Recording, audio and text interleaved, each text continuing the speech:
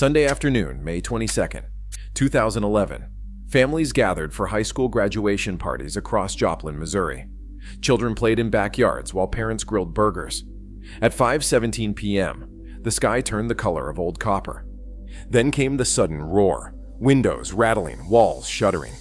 In 6 minutes, what meteorologists later discovered was not just an EF5 tornado, but a monster that achieved the impossible. It maintained peak intensity for 22 straight minutes, obliterating everything in a mile-wide path. This is Joplin, the deadliest tornado in modern United States history. The morning of May 22nd dawned like countless others in Joplin, Missouri. A typical Midwestern Sunday with church services and family gatherings. For many residents, the day held special significance. Joplin High School's graduation ceremony was scheduled for the afternoon at Missouri Southern State University. 455 seniors donned caps and gowns that day, their futures bright with possibility. Parents beamed with pride, siblings fidgeted in formal wear, and grandparents clutched cameras. As the graduates crossed the stage one by one, none could imagine that within hours, their community would be changed forever. Keith Stammer, Joplin's emergency management director, had been monitoring weather reports throughout the day. The Storm Prediction Center in Norman, Oklahoma, had placed southwest Missouri under a moderate risk for severe weather, with a 10% chance of an enhanced Fujita 2 to enhanced Fujita 5 tornado within the region. But Joplin residents had heard similar warnings countless times before. Many would later confess they had become desensitized to tornado warnings, a psychological phenomenon known as false fatigue. At 1:30 p.m., a mesoscale discussion was issued for southwest Missouri. Meteorologists noted that while low-level shear was a bit marginal, it would be more than sufficient for tornadoes given extreme instability. Few residents paid attention to these technical bulletins. Instead, backyard barbecues continued, and graduation parties kicked into full swing. As high school graduate Will Norton headed home with his father from commencement in his new car, a graduation gift, the skies remained deceptively calm. Elsewhere in town, Natalie Gonzalez and her 9-year-old son Augie played in their living room. Reuben Carter, working despite his cerebral palsy, stocked shelves at a convenience store. Nurse Sarah Allen prepared for her shift at Freeman Hospital. None realized these would be the final peaceful moments before devastation arrived. What makes a tornado deadly is not just its power. It is the rare, perfect collision of atmospheric conditions that create a monster. On May 22nd, 2011, those conditions aligned with terrifying precision over Joplin. Meteorologists now understand that 3 critical elements converged that afternoon. First, an intense dry line, the boundary between moist and dry air, pushed eastward across Oklahoma. Second, an unusually powerful jet stream dipped south over the Central Plains.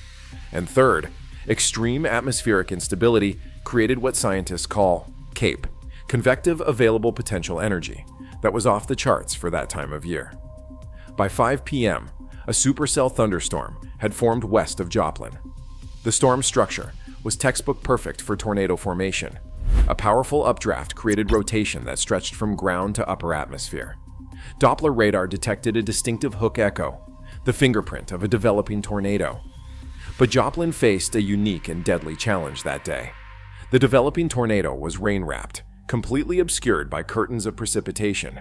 Unlike the photogenic funnel clouds that storm chasers chase across open plains, this invisible killer would give its victims no visual warning. At 5:17 p.m., the National Weather Service issued a tornado warning for Joplin, activating outdoor warning sirens. Yet for many residents, these sirens represented the beginning of a tragic chain of psychological miscalculations. Joplin had a history of weekly siren tests and frequent false alarms.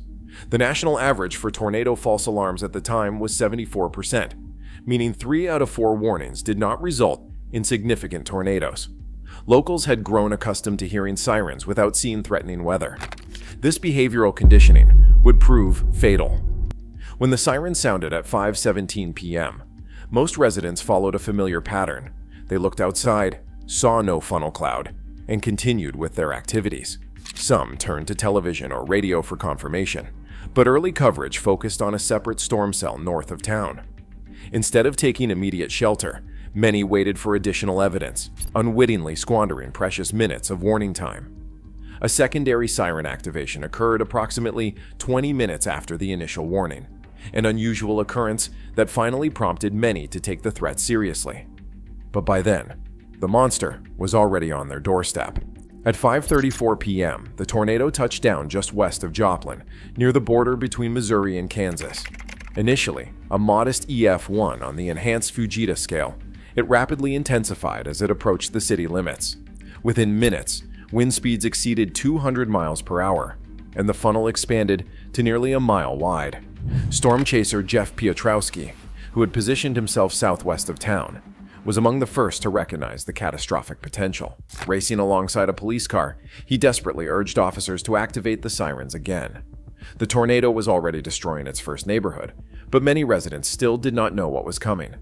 The tornado's structure defied conventional understanding. Instead of a single vortex, it contained multiple suction vortices rotating around a common center, essentially tornadoes within the tornado. These smaller vortices produced extreme localized wind speeds that could completely obliterate one house, while leaving another standing just yards away. Most remarkable and terrifying was the tornado's unprecedented duration of intensity. Typical EF5 tornadoes maintain peak intensity for a few minutes before weakening. The Joplin tornado maintained catastrophic EF5 strength for 22 continuous minutes, a meteorological anomaly that researchers are still struggling to explain today. As the tornado entered the city's southwest edge, it encountered its first densely populated neighborhoods. The sound was unlike anything survivors would ever forget, variously described as a freight train, a jet engine, and most commonly, the roar of 1,000 winds. For those in its direct path, the experience was horrifying. Surveillance video from a gas station showed the air turning a strange sepia color moments before the building disintegrated. Cell phone footage captured from inside bathrooms and closets recorded the sounds of homes being torn apart around terrified families. The tornado's inner core, what meteorologists call the damage cavity, contained winds so powerful they stripped asphalt from roads, bark from trees, and reduced steel frame buildings to twisted skeletons. Researchers would later confirm that these winds approached the theoretical limit for tornado intensity. As it crossed Main Street, the tornado reached its maximum width, stretching 7/10 of a mile across. Debris was lofted more than 30,000 feet into the atmosphere, appearing as an anomalous mass on National Weather Service radar. The tornado had become an airborne debris generator, hurling chunks of buildings, vehicles, and trees at lethal velocities. At 5:41 p.m., the tornado slammed into St. John's Regional Medical Center, a 9-story hospital with 183 patients and hundreds of staff inside. The building's concrete and steel frame withstood the initial impact, but virtually every window shattered, allowing the tornado's full fury to penetrate the interior. In the intensive care unit, Nurse Shayla Ballum huddled over her patients as medical equipment was ripped from walls and tossed through the air like projectiles. Ventilators failed as backup generators were destroyed. Patients on life support began to deteriorate rapidly. Heroism emerged amid chaos. Staff formed human chains to evacuate critical patients down darkened stairwells. Doctors performed emergency procedures by flashlight. When ambulances could not reach the hospital through debris-choked streets, medical personnel carried patients to nearby pickup trucks that had been converted into makeshift emergency vehicles. But not everyone could be saved. The tornado claimed 13 lives at St. John's Hospital alone. X-ray machines weighing hundreds of pounds were found embedded in walls.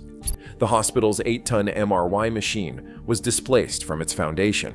The building itself was damaged beyond repair and would later be demolished.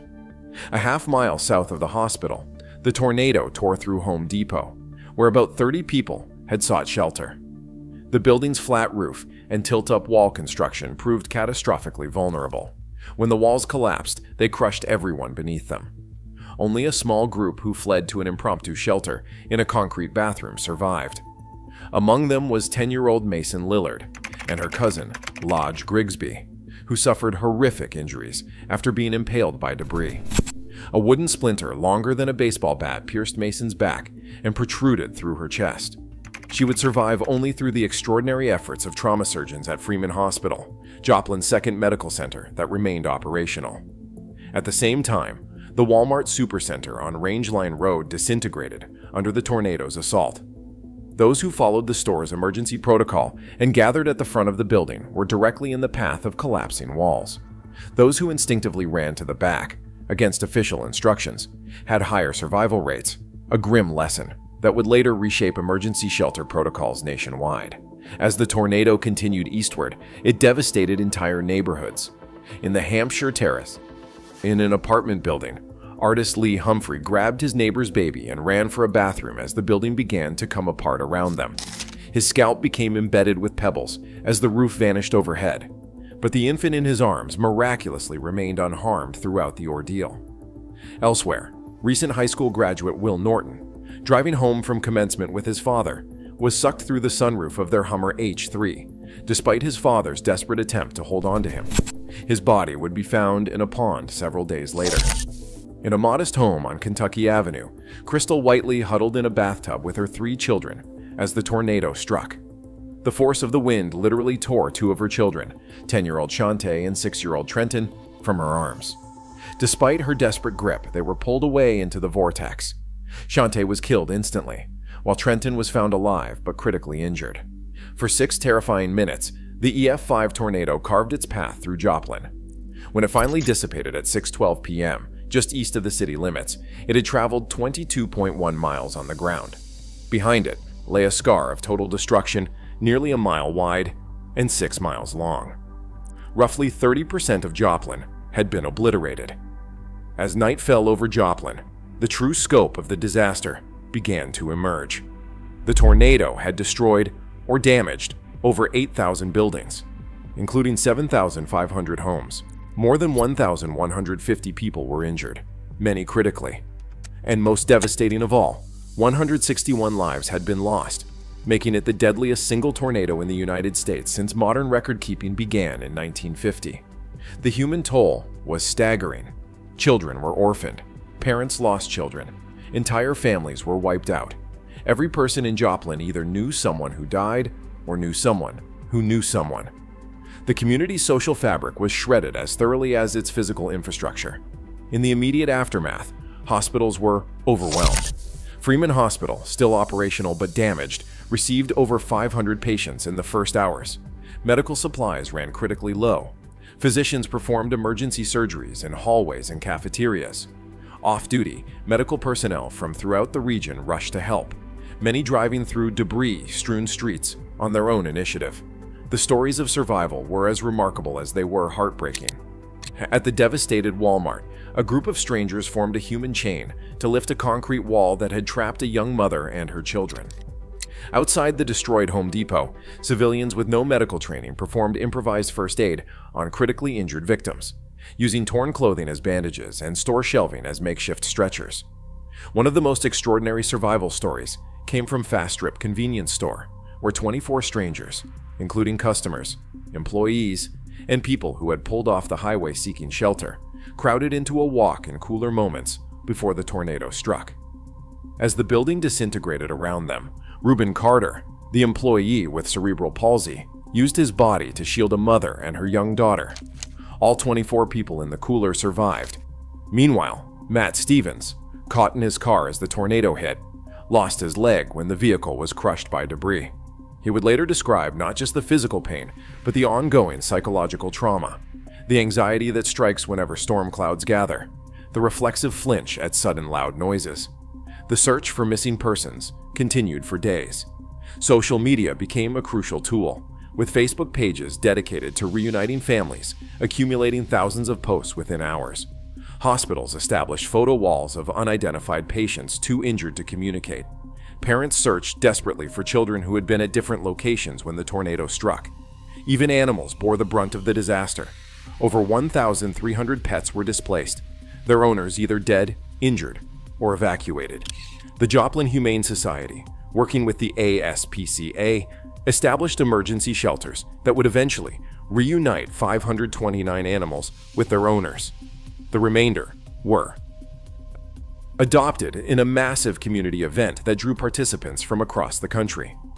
For many survivors, the psychological impact proved as devastating as physical injuries. Post-traumatic stress disorder became widespread, especially among children who had experienced the tornado firsthand. Nightmares, anxiety attacks, and extreme weather phobia became common. Local mental health resources were quickly overwhelmed, forcing many to seek treatment hundreds of miles away. Perhaps most poignant were the small personal tragedies that statistics could not capture. Wedding photos lost forever. Family heirlooms passed down for generations, now scattered across miles of rubble. Children's artwork, love letters, diplomas, birth certificates, the physical artifacts of human lives and memories were simply gone, carried away by the wind or buried under tons of debris. Within minutes of the tornado's passage, emergency responders from throughout the region converged on Joplin. The initial response faced nearly insurmountable challenges. Communication systems were destroyed, roads were blocked by debris, and the sheer scale of destruction defied comprehension. Missouri Governor Jay Nixon declared a state of emergency within hours and activated the National Guard. FEMA personnel arrived by dawn the next day. But the most remarkable aspect of the emergency response was not governmental. It was the spontaneous mobilization of ordinary citizens. By sunrise on Monday, thousands of volunteers had descended on Joplin. They came from neighboring towns, from across Missouri, from surrounding states, and eventually from across the nation. Armed with chainsaws, shovels, and work gloves, they formed impromptu rescue and recovery teams that pushed into areas emergency vehicles could not reach. Churches transformed into shelters and distribution centers. Restaurant owners with damaged businesses set up grills in parking lots to feed rescuers. Local construction companies deployed heavy equipment without waiting for official contracts or payment guarantees. The scale of the response was unprecedented. Within the first week, an estimated 25,000 volunteers had arrived in Joplin, half the city's entire pre-tornado population. They removed debris, searched for survivors, distributed supplies, and provided comfort to the traumatized. This volunteer army faced grim tasks. Search and rescue quickly became search and recovery, as hopes for finding survivors diminished. Ordinary people found themselves pulling bodies from rubble, covering them with blankets, and marking locations for recovery teams. The psychological toll on these impromptu responders would only become apparent months later, as many developed delayed onset PTSD. Meanwhile, professional first responders worked around the clock. Medical personnel went days without sleep. Police officers who had lost their own homes continued reporting for duty. Firefighters from 76 departments across 4 states joined the effort, many bringing their own supplies to avoid depleting Joplin's resources. The Missouri State Highway Patrol deployed dozens of troopers to maintain security and assist in search operations. Urban search and rescue teams with specialized equipment and cadaver dogs methodically cleared damaged structures. The Army Corps of Engineers began the monumental task of debris removal, eventually handling over 3 million cubic yards of wreckage, enough to fill a football field nearly 200 feet high. Technology played a crucial role in the response. This was one of the first major American disasters where social media served as a... When traditional communication networks failed, Facebook and Twitter became vital conduits for information. A citizen-led Facebook group called Joplin Tornado Info gained 170,000 followers within days, becoming so effective that emergency officials began using it to distribute official information. FEMA established a disaster recovery center where survivors could register for assistance, but private charity far outpaced governmental aid. The Red Cross, Salvation Army, and hundreds of smaller organizations raised tens of millions of dollars. Perhaps most impressive was the speed with which these resources reached those in need. Within 48 hours, most survivors had access to food, clothing, and temporary shelter. For all its success, the emergency response revealed critical vulnerabilities. Warning systems had failed to motivate appropriate action.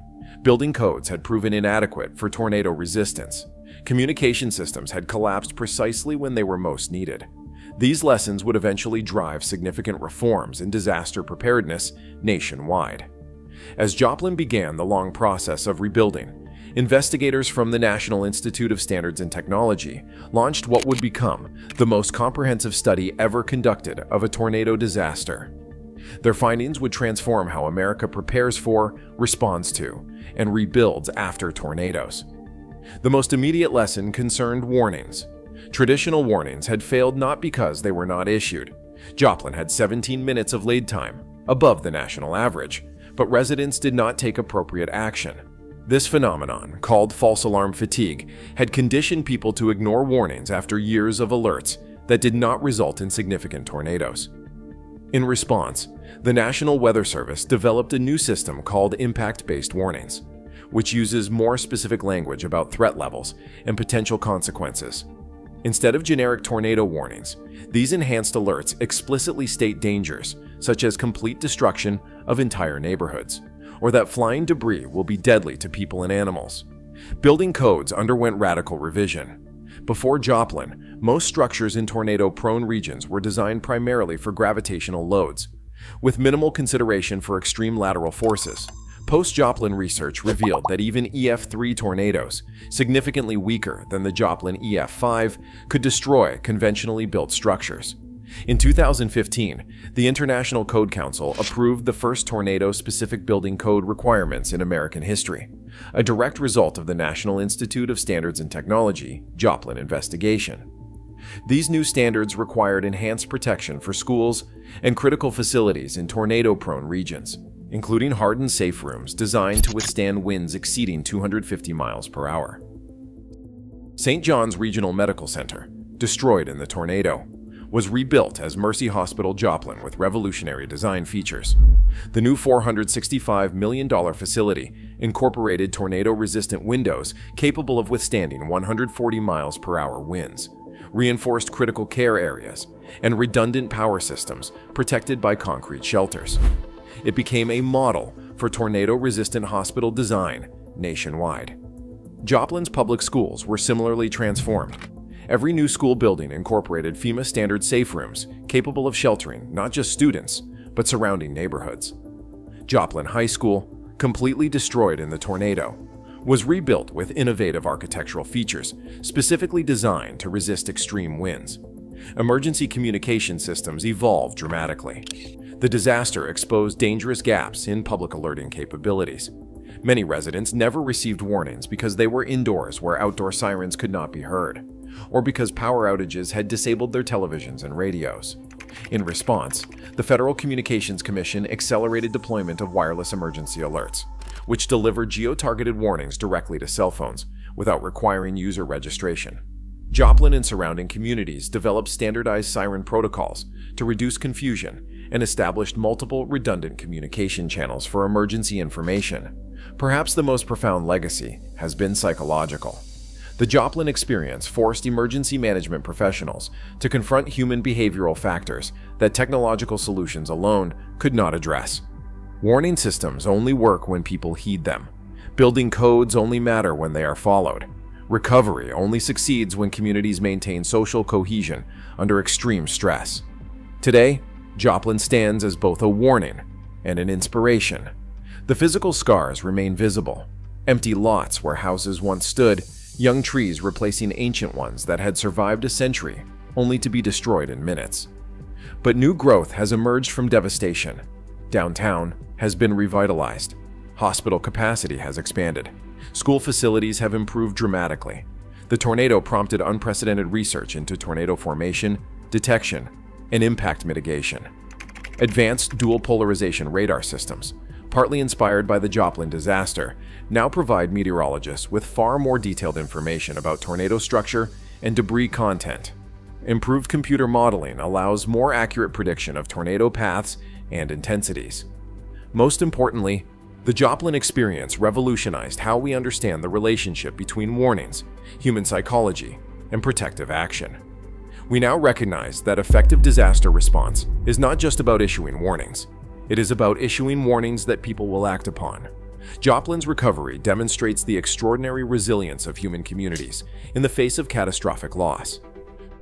From the depths of unimaginable tragedy, the city has rebuilt not just its physical infrastructure, but its communal bonds.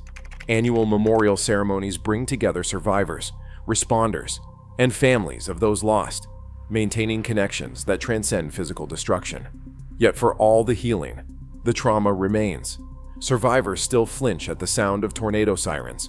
Parents still hold their children tighter when storms approach.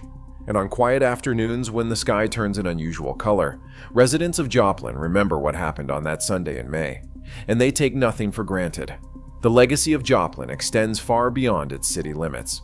Every tornado warning issued today reflects lessons learned from that terrible day. Every school safe room built in tornado-prone regions stands as a silent acknowledgement of those who died seeking shelter where none existed. And every life saved by improved warning systems, stronger buildings, and better emergency protocols represents a small redemption of an otherwise senseless tragedy.